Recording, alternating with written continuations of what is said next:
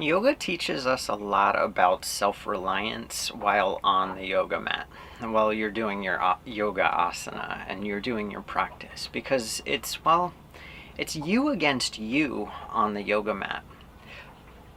Unless you're relying on a teacher, of course, to get you into the particular asana.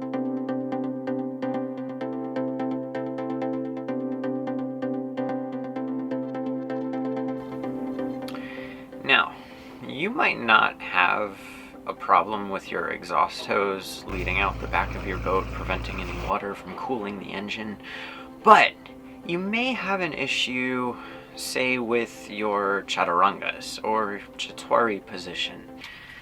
This fancy device here, it's called a goniometer. Your orthopedic doctor or your acupuncturist would tend to use these to measure the range of motion of a specific joint. Now, let's take a look at the wrist. So a lot of times within our chaturanga position, we think that the wrists can actually extend into 90 degrees. But if we were to bring out the goniometer and check out what the actual extension of the wrist is, we see that it's actually closer to 70. 90 degrees would be here, but we only have about 70. And that's at the max, because at that point, bone hits upon bone, and you really can't take it any further. So what ends up happening is we get a backup down the line. And what I mean is, because we only have that 70 degrees of extension within the wrist, the body is going to use some sort of an outlet mechanism, and we're going to have issues with our elbow or maybe the shoulder.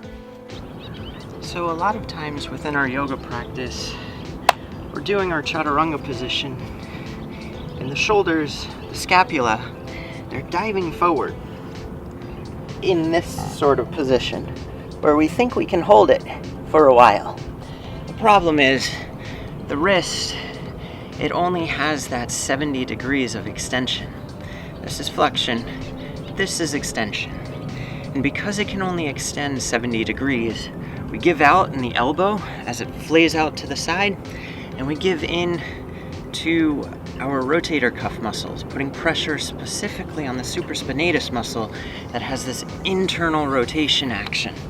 And so to take away that pain, to take away that action, think of it as you're pulling the scapula down the back. So you're pulling yourself forward, keeping the scapula retracted towards the spine, and the humerus stays parallel to the floor. We'll put some arrows up so that you can see the parallelness. The incorrect version, the corrected version.